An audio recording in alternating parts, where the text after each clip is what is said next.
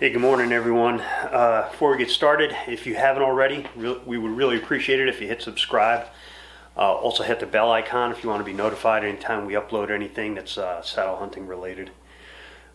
Just wanted to talk to everybody about what's going on. It's the topic of the day, this whole coronavirus thing, and just wanted to give you a couple of thoughts and maybe give you something to take your mind off it afterwards.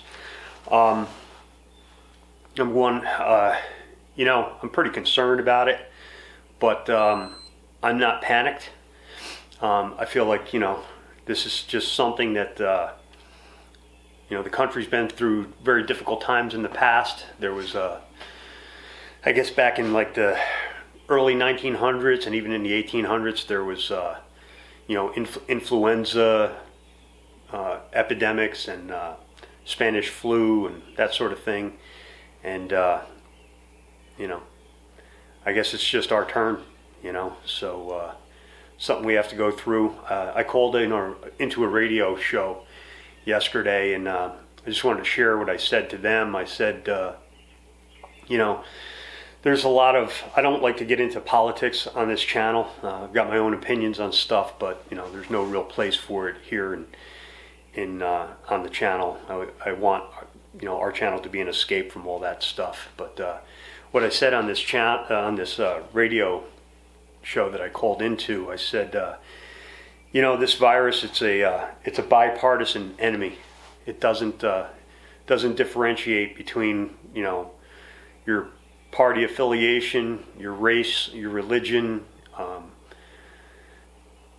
how much money you make. It doesn't care. It's pretty much the enemy of the human race.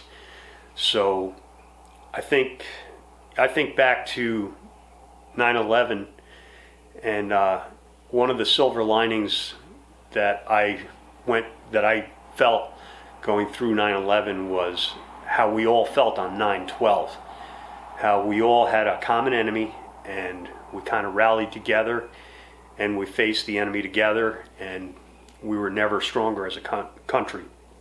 And you know what? Maybe this virus will do that with the world, because everybody in the world apparently has to face it, and the more we can get behind each other and work together, the more likely we are to overcome it. So, I live in New York. We've got a Democrat governor. We have a Republican president, and Democrats and Republicans never really seem to see eye to eye most of the time. But you know what? As long as both guys are doing the best that they can to help get us through this, I want to help them. I want to support. So I don't care what party you're in. Just do the best you can, and what can I do to help? So that's my thought on it. Hopefully when this is all behind us, the country and the world will be better for it, hopefully. So we'll just have to wait and see. But I'm not panicked about it. I'm going to do my part. One of my ways of coping with it are getting out in the woods and trying to avoid contact with people and everything. And you know what? The woods are a safe place to do that. I'm out there shed hunting and scouting, setting up our loops, and doing a little bit of climbing, some hiking, and it's actually, I love it. It's a lot of fun. So, for those of you that are, saddle hunters, I would recommend that.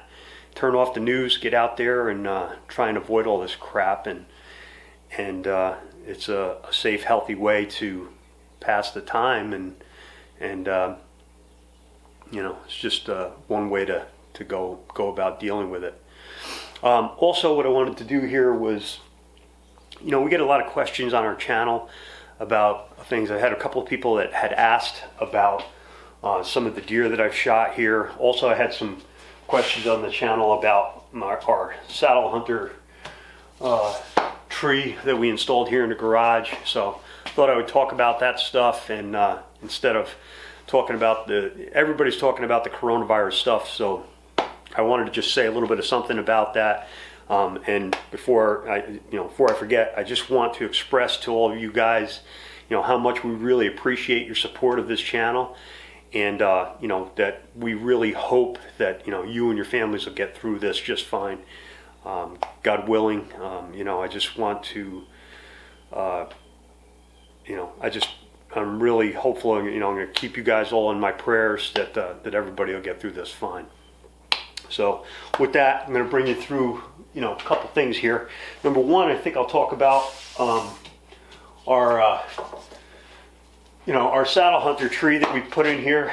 Scott and I put this in here because a lot of times it'd be crummy weather, and we would want to do a demonstration with something with the saddle and stuff, and we figured if we had something in here, it would be just an easy way to show stuff.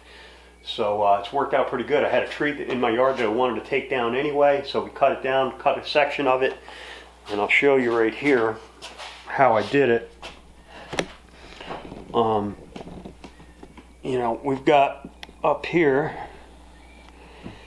basically just have it tie wrapped, tie down strapped to my roof trusses.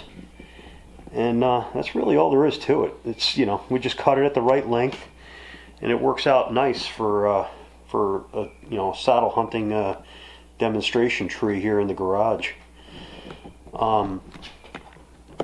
So one of the cool things about this thing is I can get on it and practice, just practice getting very comfortable shooting strong side, weak side, drawing back my bow.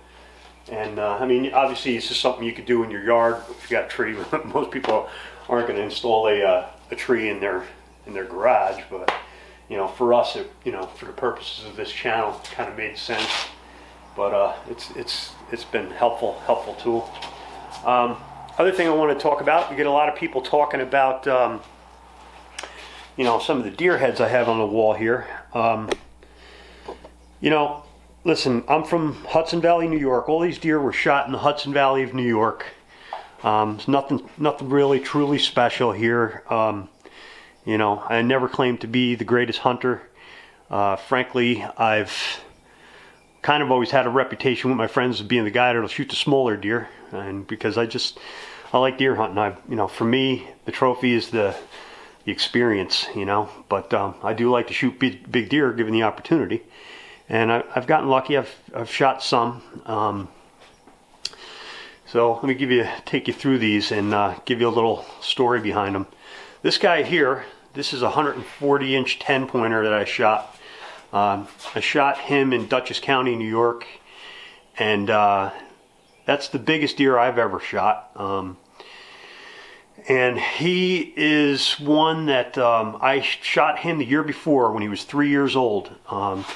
I had patterned him. He was coming to an apple tree every day, and on opening morning of bow season, I shot him first thing in the morning, and I stuck him right in the shoulder, and I couldn't find him, and I was sick.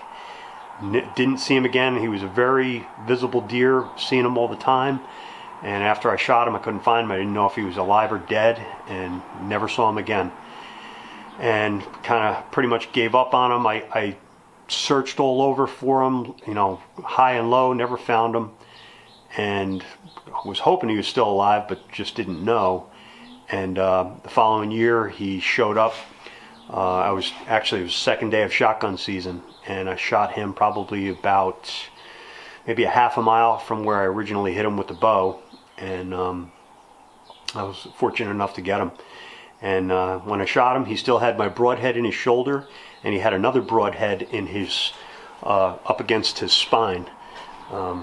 So I was very fortunate to get him. He was 200 pounds field dressed, and that's my best buck. So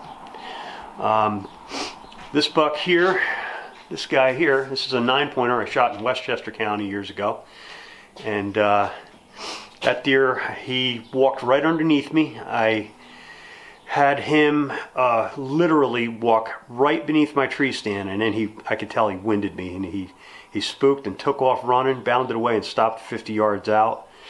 And he made a fatal mistake. He stopped at 50 yards and broadside, and was curious enough to try to figure out what was that he smelled or heard or whatever. And I was able to draw back and hit him. And I didn't make a good shot. When I took the shot, I thought I had gut shot him, and I was kind of sick about it. And went back and looked for him, and when I found him, I had hit him in the femoral artery. I'd hit him way back, hit him actually in the hind quarter, and went through both hind quarters and severed the femoral artery, and he only ran like 30 yards and died. And I've never seen so much blood. And I guess sometimes it's better to be lucky than good, so that deer I got lucky on. This buck, this is an 8 that I also shot in Westchester County. That deer, I was actually going into a spot. It was an evening. It was kind of a drizzly, rainy day. Got out of my truck, got all my gear on, started walking in. I literally walked maybe 20 yards from my vehicle, and I looked up, and there was a buck standing there. I think he was bedded. He was standing there broadside like 30 yards away, and I didn't eyeball him. I was able to knock an arrow, draw back and shoot, and put a really good hit on him. I smoked him. He ran into a cattail swamp, and it was raining and stuff, so I backed out, came back the next day and found him. He was only probably about 50, 60 yards away from where I hit him.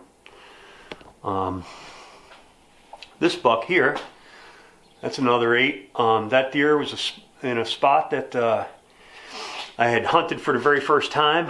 Went in with a climber, and when I went in with the climber, he first thing in the morning, I had never hunted this spot ever. Just went in, set up, found a good tree, found a couple of rubs and scrapes, climbed up with the climber about an hour before daylight. And at first light, he came walking in like he was supposed to. Gave me a 10-yard shot. This guy here, this buck, this one was a really cool experience when I shot him. I was hunting with Scott down in Putnam County, and he came in at the last couple of minutes of daylight, and I had actually lowered my bow. You know, wasn't seeing anything that day. I was kind of discouraged. Lowered my bow down. All of a sudden, I heard footsteps, and you know, sometimes one of the things you'll notice, you know, I'm sure a lot of guys have had this same experience. You can just tell the sound of a buck walking. You know, almost sounds like a horse. You know, just the gait that he had, and I didn't even really lay eyes on him. I knew there was a buck walking towards me, so I just quickly pulled my bow up, knocked an arrow, and by the time I got set up, he was 5 yards from me broadside, and I was able to draw it back on him. I just crushed him right behind the shoulder, and I don't think he went 35 yards and dumped right in front of me, so that was pretty cool.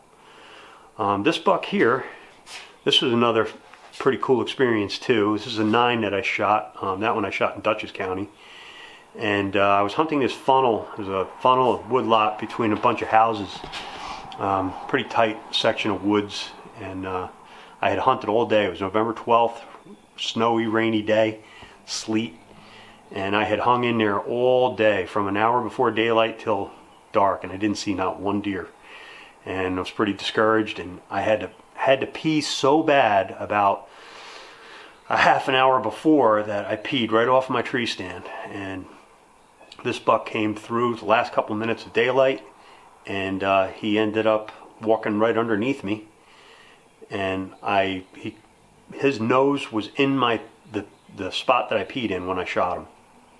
I hit him with the first shot.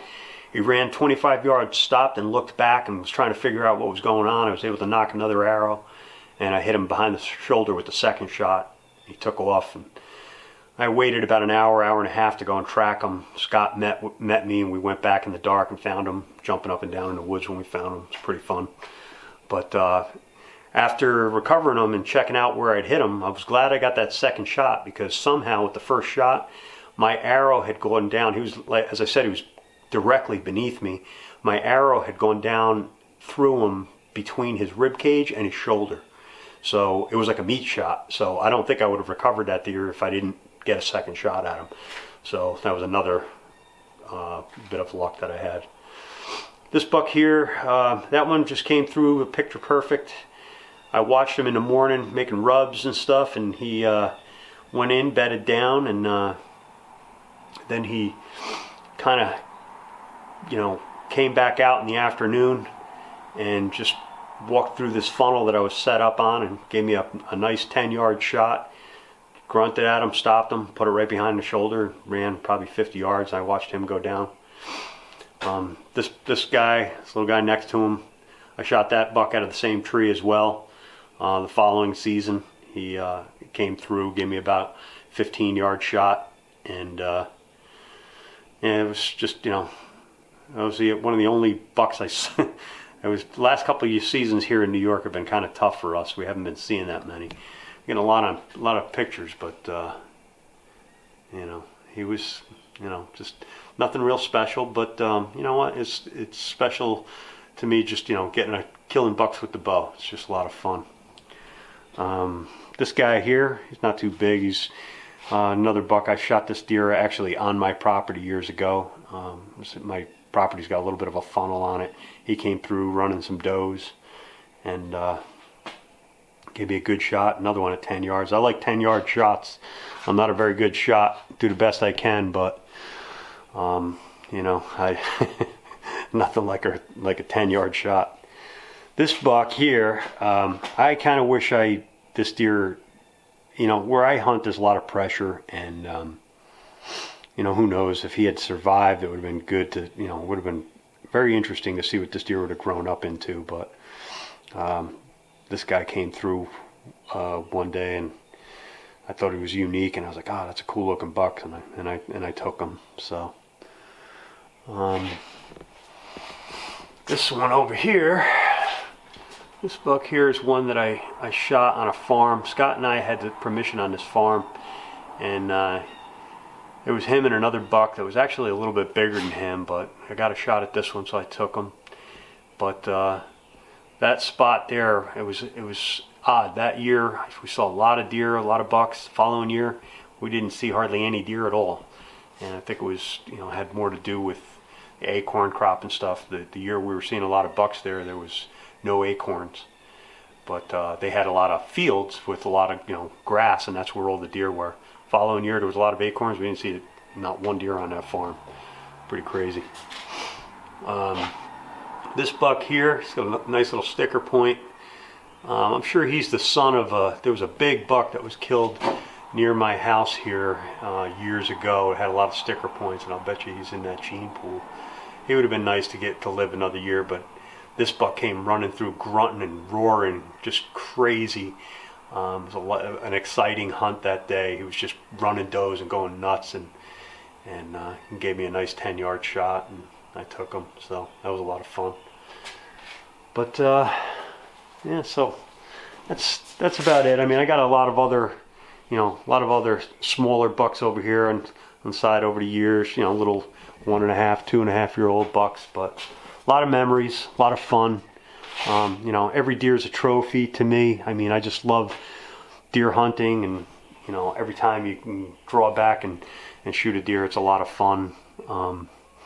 We like eating them and stuff, but nowadays my son is in the Marine Corps, so he's the one that used to eat most of the deer meat here, and now it's only me and my one daughter that really like venison. So I don't shoot as many. I've been trying to be a little bit more picky, because I just it's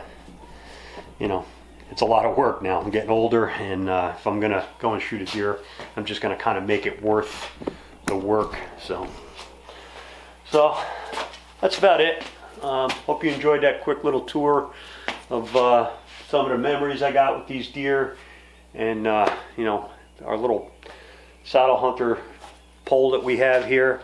And I want to wish you guys the very best getting through this whole crisis. I want to say thank you very, very much for all the support you give us, watching the channel and everything. Hope you like what we're bringing to you. We really enjoy doing it. It's a lot of fun sharing the stuff that we do, and I hope you guys enjoy it and benefit from it. And I want to wish you and your families the very best of luck dealing with this crisis. Next couple of weeks are going to be probably very difficult, maybe the next couple of months, but I'm going to keep you guys in my prayers, and stay strong. I'm sure we'll get through it. And, God bless you all. Take care, climb safe, and best of luck.